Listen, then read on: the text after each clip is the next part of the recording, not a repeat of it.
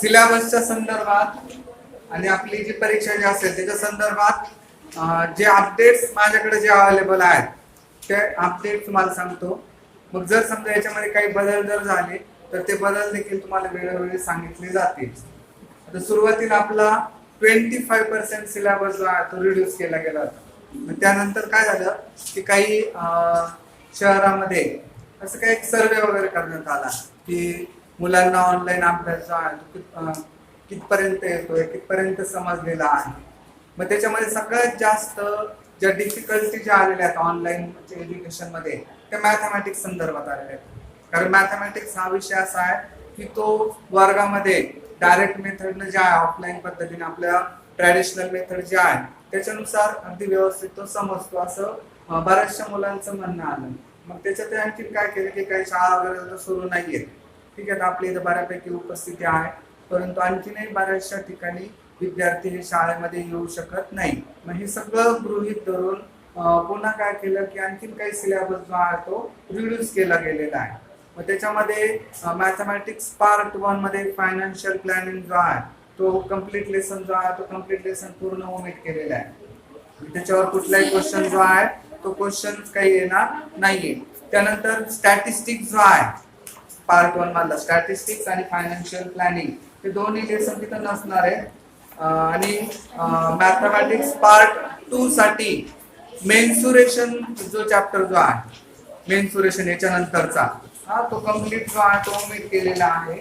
आणि आपल्याला आज जो पार्ट कंटिन्यू करायचा होता हाईट अँड डिस्टन्सचा ऍप्लिकेशन ऑफ ट्रिगोनॉमेट्री तर तो देखील पार्ट ओमिट केलेला आहे.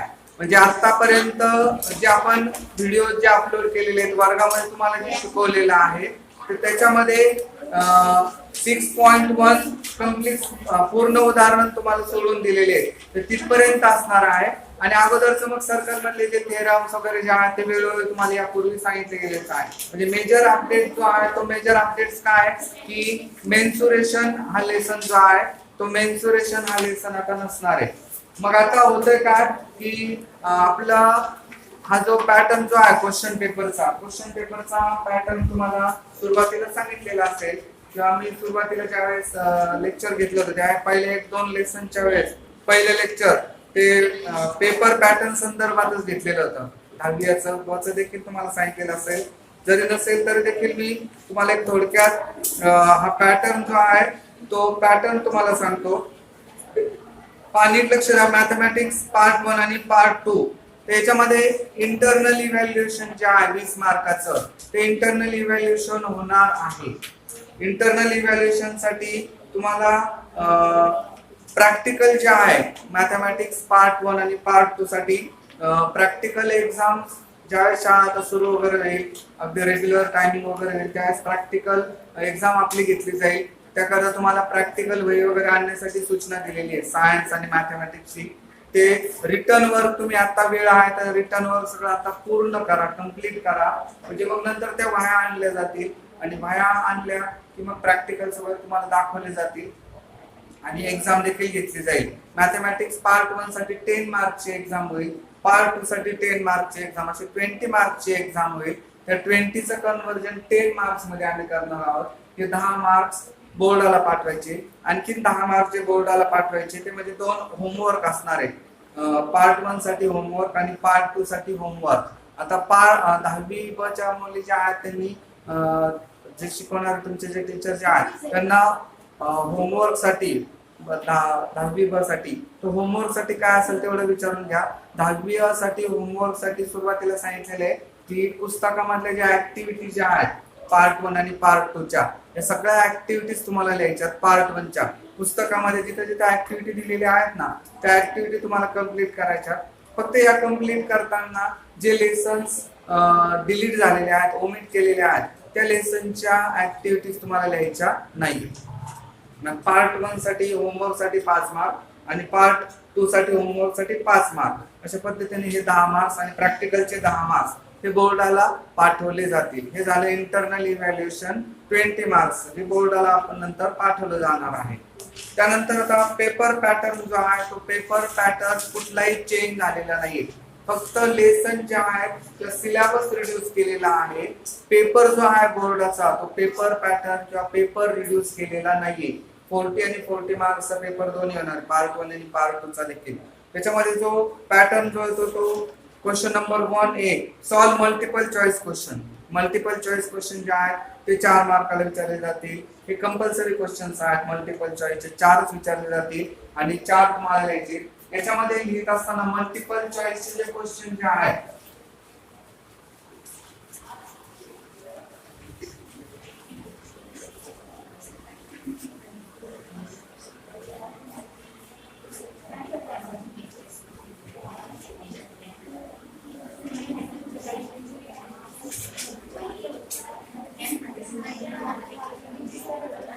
मल्टिपल चॉईस क्वेश्चनचा आन्सर लिहिताना तुम्हाला तो पूर्ण क्वेश्चन सॉल्व करणं अपेक्षित नाहीये. समजा question number 1A multiple choice question, त्याच्यामधला क्वेश्चन नंबर 1 असेल त्याचं तुम्हाला आन्सर लिहायचं असेल. आता आन्सर लिहिताना तुमची जी मेथड असेल, काही मुले डायरेक्ट 1 लिहितात, आन्सर सुरू करतात, एएनएस लिहितात, ती प्रत्येकाची मेथड जी असेल ती. आता आन्सर लिहिताना आपल्याला काय दिलं असेल, तिथं पर्याय दिलेला असेल. फॉर एक्झाम्पल इथं ऑप्शनचे जे आहेत ना ते पर्याय दिले जातात. फॉर एक्झाम्पल इथं काय दिलेले, the length of a tangent from a point to a circle of radius 3 centimetre is 4 centimetre. The distance of A from centre is. मग आता हा क्वेश्चन दिलेला आहे आणि त्याचे आन्सर्स आपल्याला इथं ऑप्शन दिलेले असतील ए, बी, सी, डी आणि त्याचे काय असतील √7 सेंटीमीटर, त्यानंतर 7 सेंटीमीटर, 5 सेंटीमीटर आणि 25 सेंटीमीटर.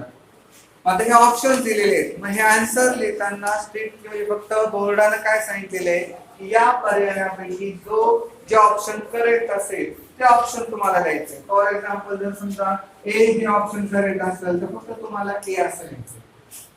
क्वेश्चन पण नाही टाकायचं. क्वेश्चन नंबर टाकला, क्वेश्चन नंबर 1 तर नंबर टाकायचं, क्वेश्चन नाही लिहायचं ना. नाही, क्वेश्चन लिहिण्याची गरज नाही, कुठलाच क्वेश्चन लिहिण्याची गरज नाही.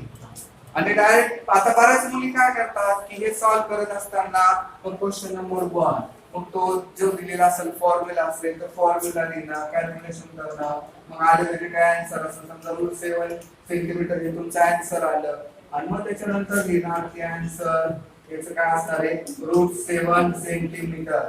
इतकं एक्सपेक्टेड नाहीये, 1 मार्कासाठी आहे. हे दिलं तरी मार्क्स रिड्यूस होत नाही तुमचे, परंतु बोर्डाला काय सांगितलेलं आहे इथं direct choose the correct alternative.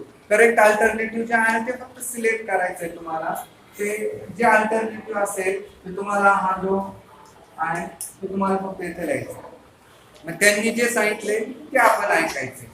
बऱ्याच मुली मग जास्त काय म्हणून काहीतरी सॉल्व्ह करत असतात, त्याची आवश्यकता नाहीये. मग हा क्वेश्चन देखील कशासाठी दिलेला आहे की आपण अनेक स्कॉलरशिपच्या वगैरे एक्झाम दिलेल्या आहेत. स्कॉलरशिपच्या एक्झाम मध्ये आपण सगळं सॉल्व्ह करत बसतो का?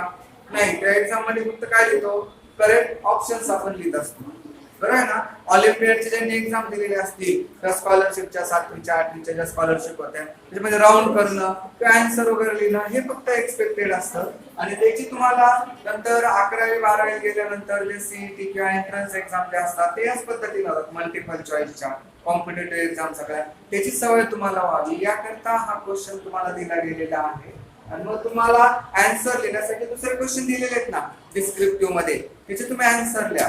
या क्वेश्चन मध्ये स्ट्रिक्टली तुम्ही एक फॉलो करा की त्याचं ऑप्शन जे असेल ते ऑप्शन द्यायचं. मग नंतर ए इज इक्वल टू जर तुम्हाला वाटलं त्याचा आलेला काय आन्सर असेल √7 सेंटीमीटर वगैरे ते लिहिलं तरी चालेल, पण मार्क जो दिला जाणार आहे 1 मार्क तो या ऑप्शन साठी दिला जाणार आहे.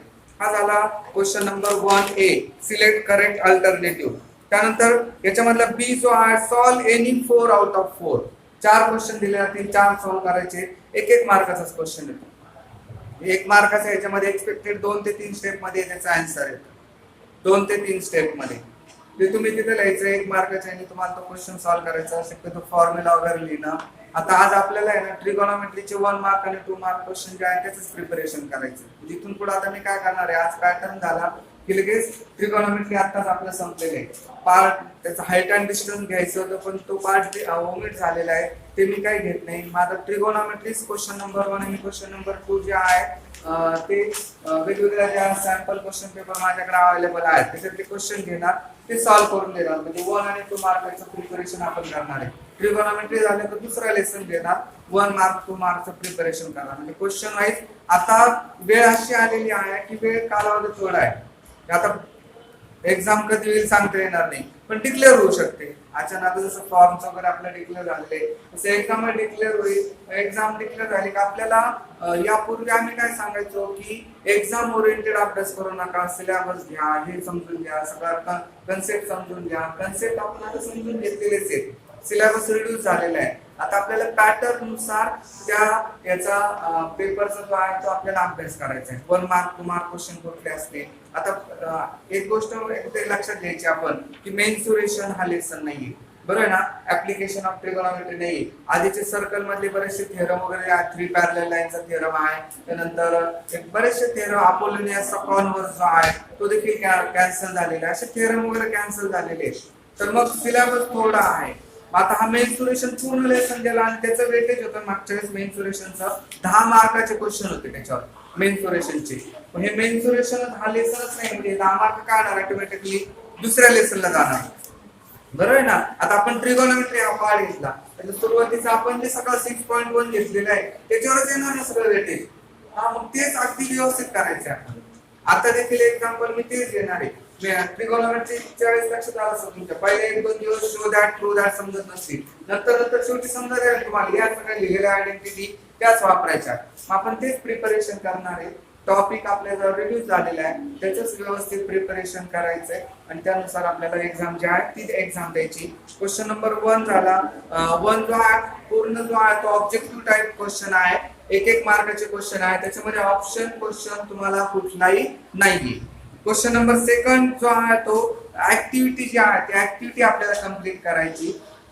क्वेश्चन नंबर 2 मध्ये आणि 3 मध्ये ऍक्टिव्हिटी आहे. त्याच्यासाठीच तुम्हाला जो होमवर्क देखील दिला जातो तो प्रत्येक वेळी असा होमवर्क असतो की पुस्तकातल्या सगळ्या ज्या ऍक्टिव्हिटीज असतात त्या लिहून आणा. तुमचा होमवर्क होतो आणि एक्झामची तयारी जी आहे क्वेश्चन नंबर 2A आणि क्वेश्चन नंबर 3A याचं प्रिपरेशन देखील होतं.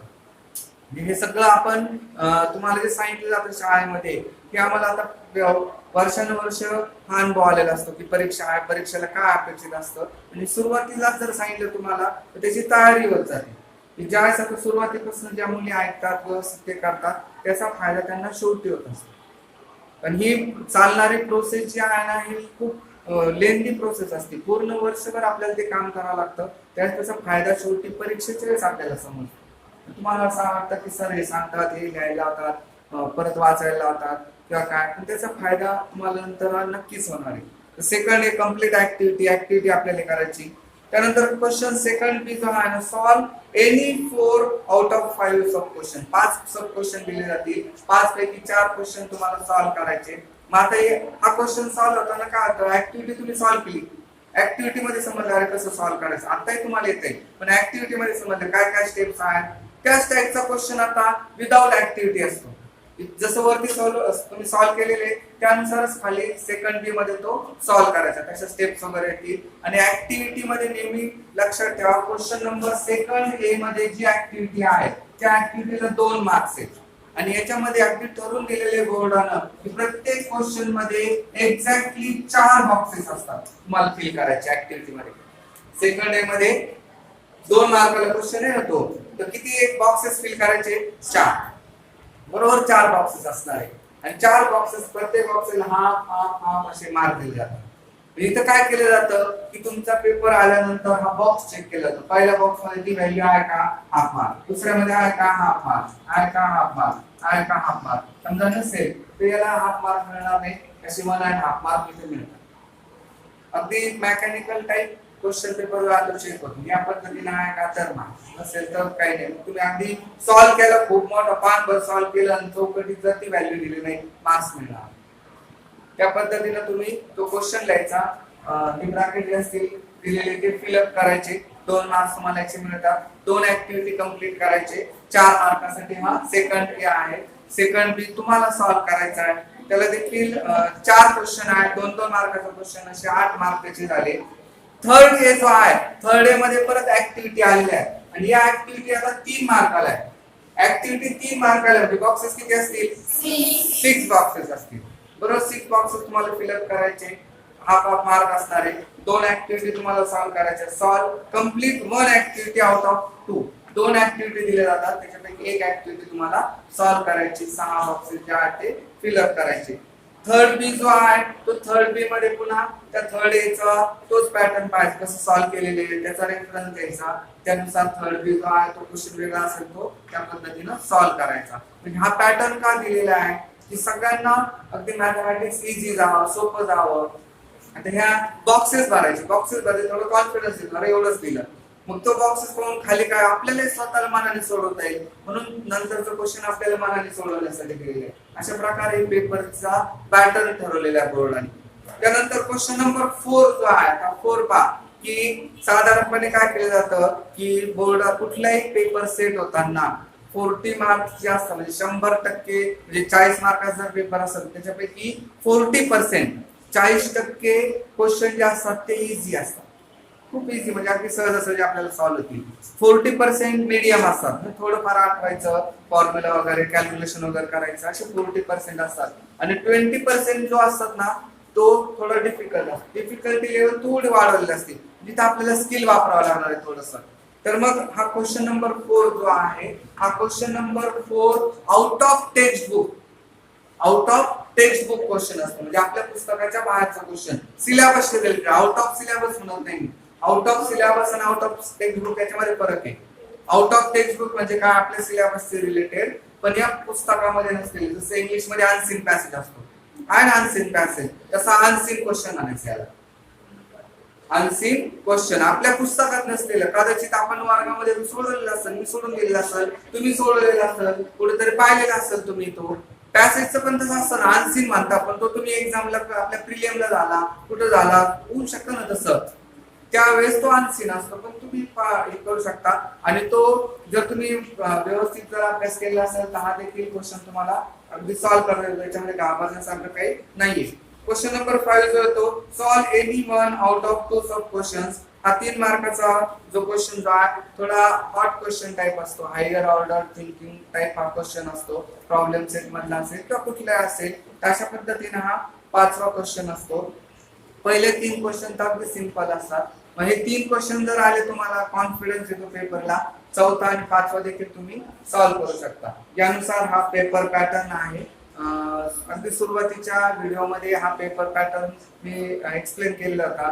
आता तुमच्यासाठी परत सांगितलेलं आहे. आणखी तुमच्या जर 10B च्या मुलींनी विचारलं, ज्यावेळेस मॅथ टीचर येतील तरी चालू शकता, त्यांना विचारून घ्या, ऐकून घ्या, समजावून घ्या व्यवस्थित. त्यावेळेस काय म्हणणं कामाला सांगितलेलं आहे माहिती वगैरे काय होतं, सांगण्याच्या प्रत्येकाच्या पद्धती वेगळ्या असतात. माझ्यापेक्षा आणखी ते थोडं एक्स्ट्रा काहीतरी सांगू शकतील. सगळ्यांचं तुम्ही ऐकून घेत जा आणि त्यानुसार व्यवस्थित तुमचा अभ्यास करायचा आहे. याच्यामध्येच दिलेले easy question 40%, medium question 40%, difficult question 20%. आणि मॅथमॅटिक्सच्या जे काही ऑब्जेक्टिव्ह असतात, मॅथमॅटिक्स शिकत असताना नॉलेज, अंडरस्टँडिंग, ऍप्लिकेशन आणि स्किल हे ऑब्जेक्टिव्ह तिथं फॉलोअप केले जातात. तर यानुसार हा पॅटर्न झाला. आणि इथून पुढे आपल्याला जे सगळं जे पाहायचंय, म्हणजे सगळे जे आपले लेक्चर जे असतील ते एक एक लेसन आपण घेणार आहे, त्याचे 2 मार्क 3 मार्क त्याची तयारी करणं किंवा पेपरच्या पॅटर्न नुसार आता आपल्याला तयारी करायची. किंवा एखादा टॉपिक जमलं तुम्हाला डिफिकल्ट वाटत असेल, समजलेला नसेल त्यावेळेस तुम्ही अगोदर सांगायचं, मग दुसऱ्या दिवशी तो टॉपिक जो असेल, थेरम असेल किंवा काही पार्ट असेल तो एक्सप्लेन केला जाईल. आता आज आपल्याला जे पाहायचं ते म्हणजे ट्रिगोनोमेट्री जे आहे, तर ट्रिगोनोमेट्रीचे 1 मार्क क्वेश्चन आणि 2 मार्क क्वेश्चन आपण पाहणार आहे. तर ते क्वेश्चन घेऊ आपण, 1 मार्क क्वेश्चन आणि 2 mark question. Within that the first question is like that.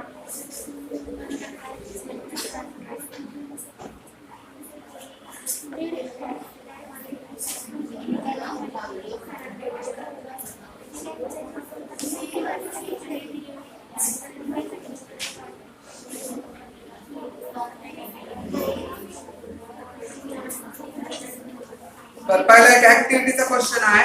आता ऍक्टिव्हिटीचा क्वेश्चन मी वर्गामध्ये घेत असताना ऍक्टिव्हिटी टाईप कधी घेत नाही, पूर्ण लिहा मग बॉक्सेस लिहा. तर आपण डायरेक्ट सॉल्व्ह करतो आणि जिथे त्यांनी विचारलं असेल त्याला काय करतो आपण बॉक्स करतो. आता या ऍक्टिव्हिटीचा क्वेश्चन दिलेला आहे. तो क्वेश्चन जो आहे तो काय दिलेला आहे, prove that sin square theta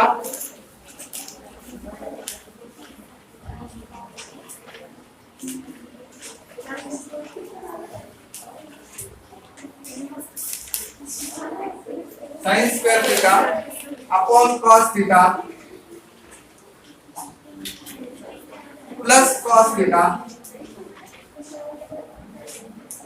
is equal to sec theta. हे आपल्याला प्रूव्ह करायचे. sin square theta upon cos theta plus cos theta is equal to sec theta.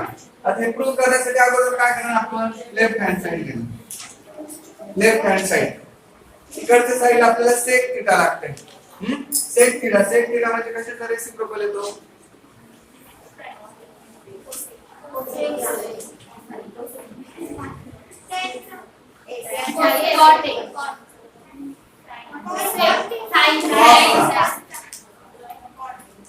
sin theta cos theta tan theta. sin चा reciprocal काय, cosec theta. cos चा reciprocal sec theta. tan चा reciprocal cot theta. त्यानंतर sin theta upon cos theta is equal to tan theta.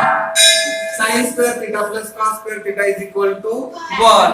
आहे ना identity, ही पहिलीच identity पहा कुठली, sin square theta plus cos square theta is equal to 1. त्यानंतर 1 plus tan square theta is equal to sec square theta. 1 plus cot square theta is equal to cosec square theta. आहेत नाही identity, या identity एकदा लिहायच्या आपण, फक्त एकदा लिहिल्या की लगेच तुम्हाला समजू शकतील. इथं आता काय काय दिलेले, लेफ्ट हँड साइड पहा. हे एक्झाम्पल घेऊ आणि थांबू आपण. sin square theta upon cos theta is equal plus cos theta. He left hand side आपल्याला दिलेली. आता या लेफ्ट हँड साइड मध्ये याचा डिनॉमिनेटर काही नाही म्हणजे आपण 1 घेतो. इथे ऍडिशन दिलेली, अगोदर आपण ऍडिशन करून घेऊ. आता इथे sin स्क्वेअर थीटा आहे, इथे cos थीटा आहे. समजा sin square theta plus cos square theta वगैरे असं आपल्याला 1 ची आयडेंटिटी यूज करता आली असती. आता आपण फक्त काय करू, याची जी दिलेली ऍडिशन जी आहे ते ऍडिशन आपण करू. ऍडिशन करून काय, डिनॉमिनेटरने डिनॉमिनेटरला मल्टिप्लाय करायचं. cos theta into 1 is equal to cos theta. त्यानंतर क्रॉस मल्टिप्लाय करायचं. 1 into sin square theta sin square theta plus c cos theta into cos theta cos square theta. बर, sin square theta plus cos square theta is equal to 1 upon 1 upon cos theta. cos theta चा reciprocal काय आहे, sec theta is equal to sec theta. झालं का prove.